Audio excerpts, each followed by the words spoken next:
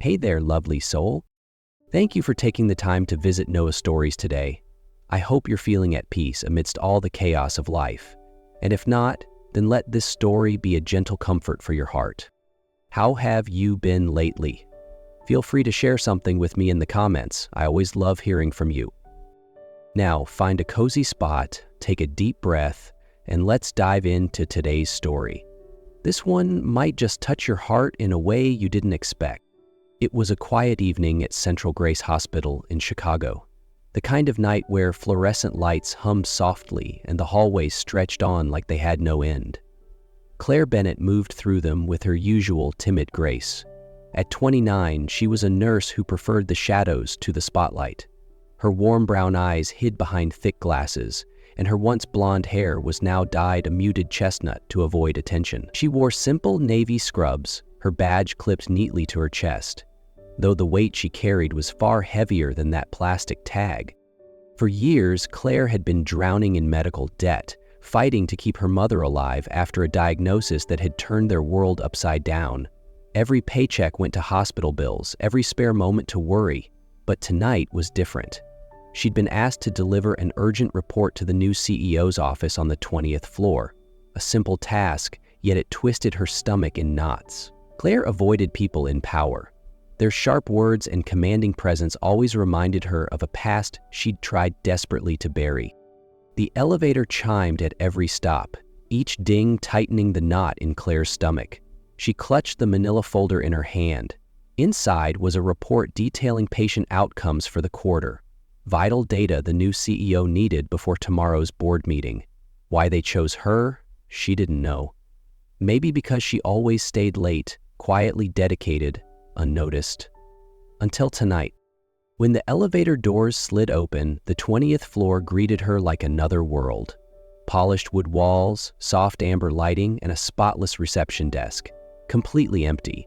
The air held a subtle blend of leather and expensive cologne, so different from the antiseptic sting of the wards below. Claire stepped cautiously toward a door bearing a brass nameplate.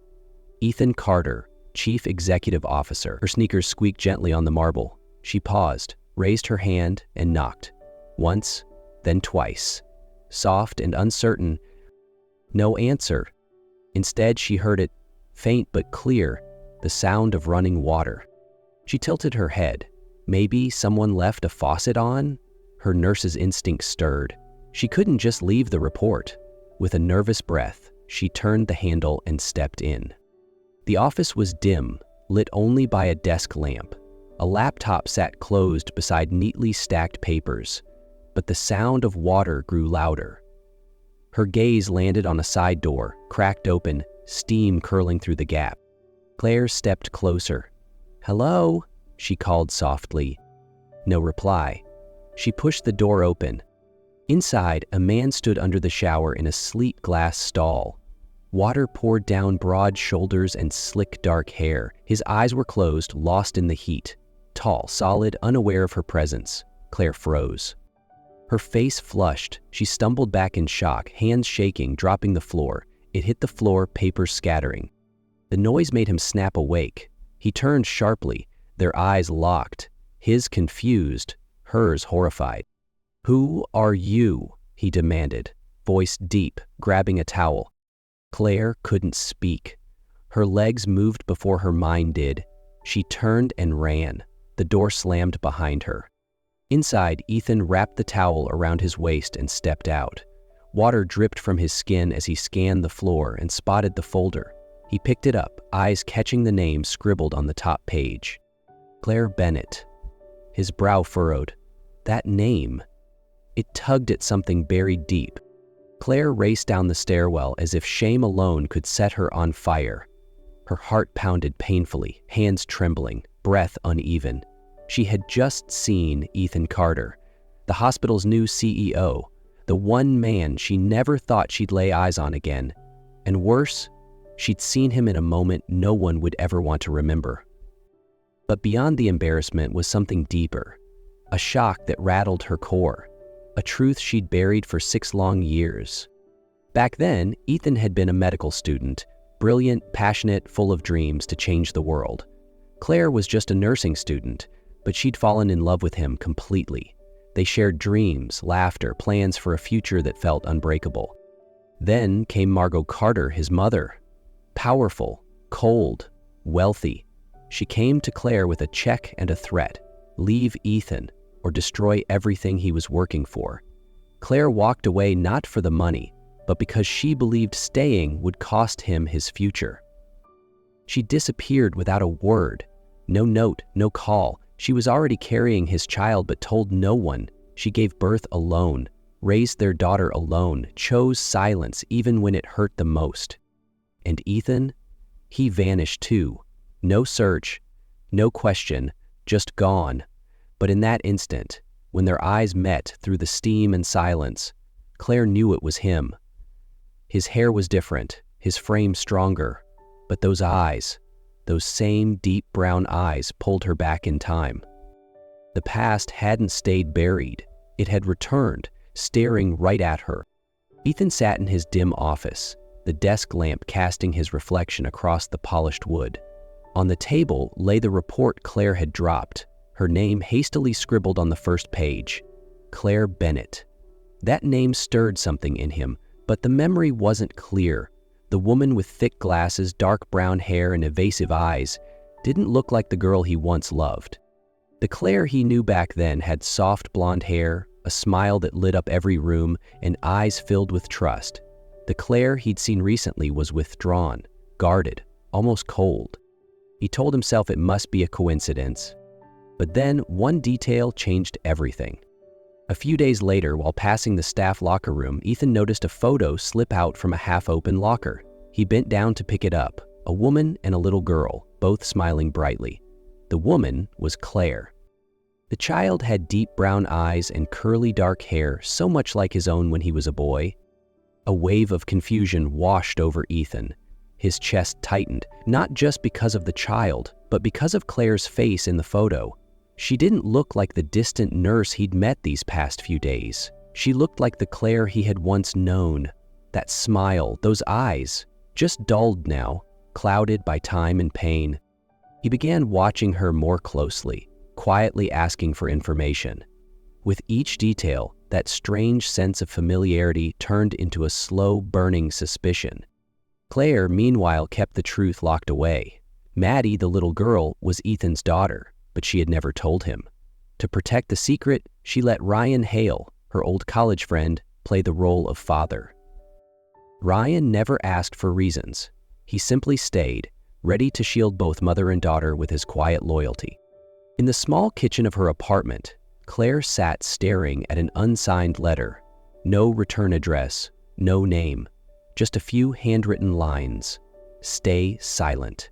Everything will be taken care of. At the bottom, the now familiar alias, Mr. Raven.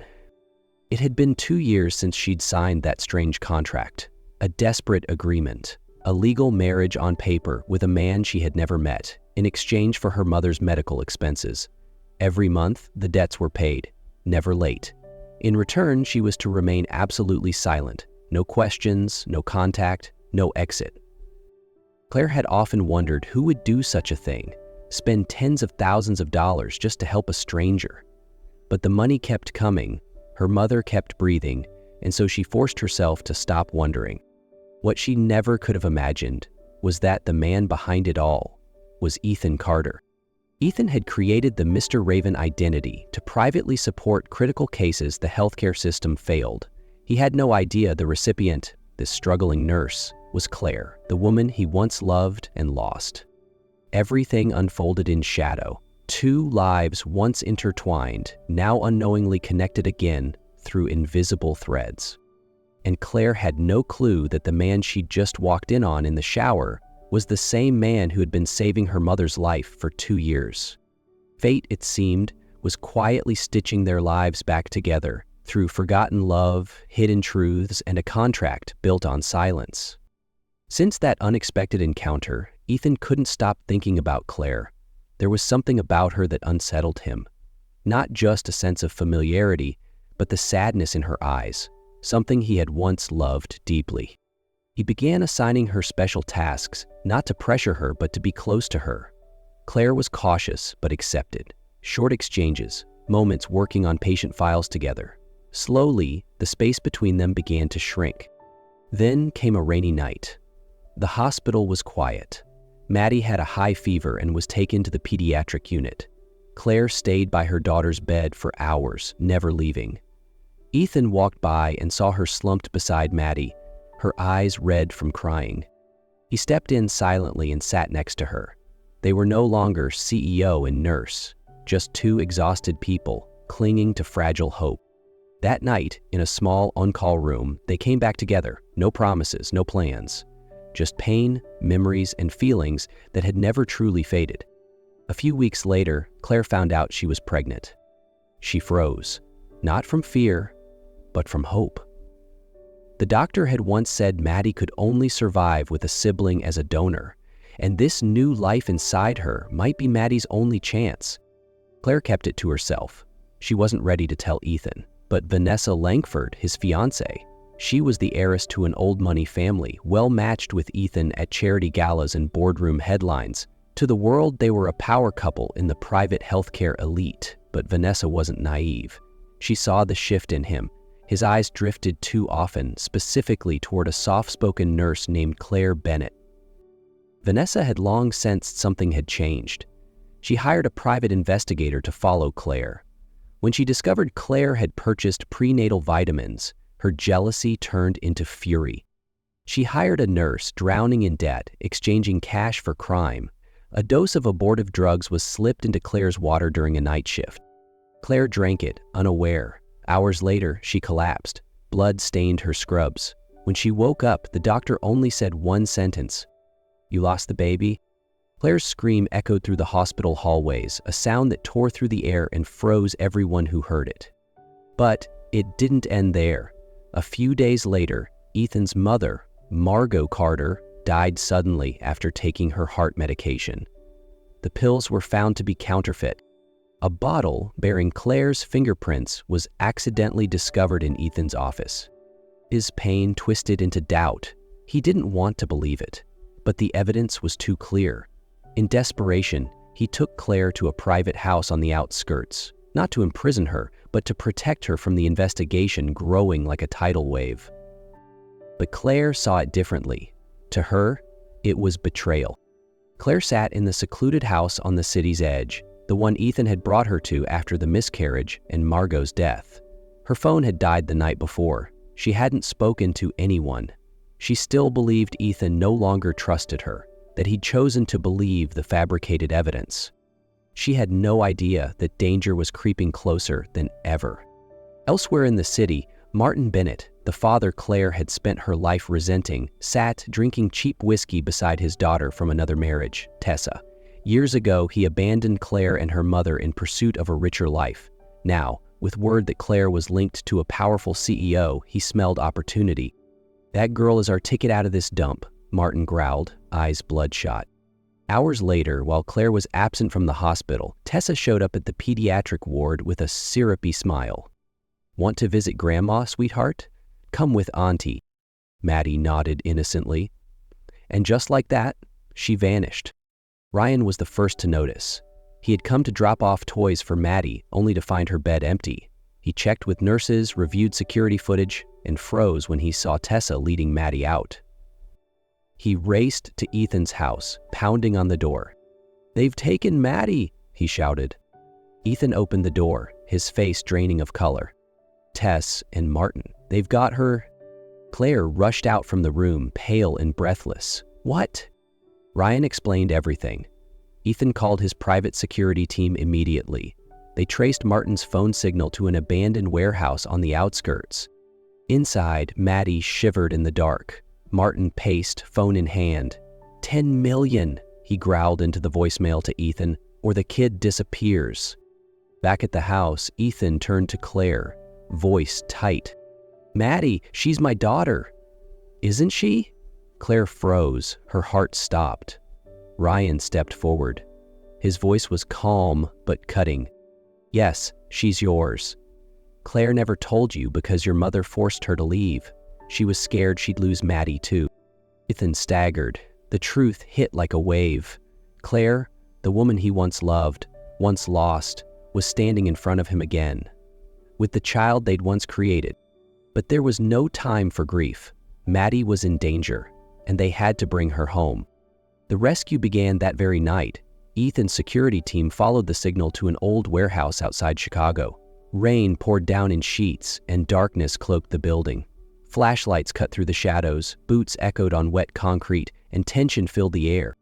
Inside, Martin paced with a bottle in one hand and his phone in the other, checking the time every few seconds. Tessa sat close to Maddie, her eyes cold, arms crossed, watching the little girl tremble in the corner. "Her father's gonna pay," Martin muttered, taking another swig. They didn't have time to react. The warehouse doors slammed open, flashlights beamed, footsteps thundered. The security team stormed in. Martin swung a metal pipe but was taken down in seconds. Tessa screamed, tried to pull Maddie away, but was restrained. Claire ran in, her eyes scanning until they locked onto one thing. "Maddie, Mommy." Maddie burst into tears and sprinted into her arms. Claire held her daughter so tightly it hurt. The world went quiet. There was only Maddie, safe, breathing, warm. Ethan stood frozen, watching. Then, slowly, he stepped forward. He knelt beside them, eyes locked on the little girl he now knew was his. He reached out, hesitant. "Hi, sweetheart." Maddie looked at him, then turned to Claire. Claire gave a gentle nod. Maddie touched his hand. "Who are you?" The word was barely a whisper, but enough to break him. Days later, a confession came in from the nurse. She admitted to poisoning Claire's drink under Vanessa's order. Confronted with irrefutable proof, Vanessa couldn't deny it any longer. Ethan personally handed over the evidence to the authorities. Statements, texts, footage, bank transfers. Days later, during a full investigation, the nurse revealed next was worse. It was Vanessa Langford who had given her the counterfeit heart medication used on Margot Carter. Tears streaming, the nurse said, "I didn't know she'd die. Vanessa told me it was just a small swap and that I needed the money." Vanessa was arrested, facing 2 charges, intentional abortion and involuntary manslaughter through medical tampering. The media exploded with headlines. At the same time, Martin and Tessa were charged for kidnapping, extortion, and ties to a counterfeit drug ring. Ethan presented additional evidence from his own internal records, collapsing the entire operation. At a press conference, Ethan stood before a crowd of reporters. "We made a mistake believing power made us untouchable. The truth can't stay buried, and justice will be served." From afar, Claire watched, not as a frightened nurse, but as a woman who had survived. He was no longer just a CEO. He was a man brave enough to face what he had once run from. But even then, her heart still bore the scars. Just when it seemed the storm had passed, Maddie fell ill again, this time worse than before. Claire rushed her to the pediatric ward, panic etched across her face. Maddie burned with fever, lips pale, strange bruises blooming across her skin like cruel little flowers. The diagnosis came: HLH syndrome, a rare immune disorder that attacks the body's own systems. Without a stem cell transplant, her chances of survival were close to none. Claire nearly collapsed. She had no living relatives. Maddie had no siblings. The odds were devastating. Designation stood frozen, powerless, until Ryan stepped forward. "I've called every contact I have," Ryan said, holding a wrinkled printout. "A few friends work with the International Marrow Donor Registry." Days later, a miracle arrived. A woman in Boston, who had registered years ago as a donor, was a perfect match for Maddie. She agreed to fly to Chicago as soon as she heard. The day of surgery was painfully quiet. Claire sat outside the OR, hands clenched, eyes fixed on the sealed doors. Ethan sat beside her, his hand resting over hers. They said nothing, but his warmth steadied her. Hours passed like years. Finally, the doctor emerged, pulled down his mask, and nodded. "She's going to be okay." Claire broke down, shoulders shaking as tears spilled freely. Ethan wrapped his arms around her, no longer holding back. Inside, Maddie lay beneath a white blanket, her tiny hand resting on her chest, her face calm as an angel. A second chance had been given, carved out of love, sacrifice, and the quiet resilience of people who had already lost too much. Ryan stood just outside the hospital room, watching through the glass as Claire and Ethan leaned over Maddie's bed, their hands intertwined. He smiled, not out of bitterness, but something gentler. Resignation. Relief. He had always known this day might come, known that the bond between Claire and Ethan ran deeper than time or silence could erase. Still, it didn't make walking away any easier. He turned, pulling his coat tighter around him as he stepped into the evening air. No one stopped him. He didn't expect them to. Sometimes love meant staying, and sometimes it meant letting go. Ryan Hale had done both. Maddie healed, little by little. The bruises faded, her smile returned. She sat in her hospital bed, coloring carefully, occasionally looking up to ask Claire, "Where's Daddy?" Ethan was always on time. Every morning he arrived with pancakes, orange juice, and a soft smile for the daughter he never knew he had. Until now. When Maddie was finally discharged, Ethan brought Claire and her home to a quiet house just outside the city. It was the same home he had secretly purchased years ago under the name Mr. Raven, hoping one day it might shelter them. Now, it was no longer a silent dream. It was theirs. Claire returned to work at the hospital, still a nurse, but no longer walking with her head down. Her steps were lighter, her eyes brighter. She had a home waiting for her now. Ethan scaled back his hours at Carter Health Group. He learned to cook, played chess with Maddie. Sometimes, he tucked white daisies under Claire's pillow, just to make her laugh. One soft spring evening, Claire stepped out onto the porch holding a pregnancy test. Positive. She didn't cry, but when Ethan stepped outside and met her gaze, they didn't need words. He pulled her into his arms. She whispered, "This time, we'll get it right." Months later, a baby boy was born. They named him Eli, a name that meant light after darkness. Maddie held him gently and whispered, "My little brother." On the porch, bathed in golden light, the family sat, three hearts stitched back together by fate, forgiveness, and love. The sky stretched endlessly above them. No more running, no more hiding, just home. And that was enough.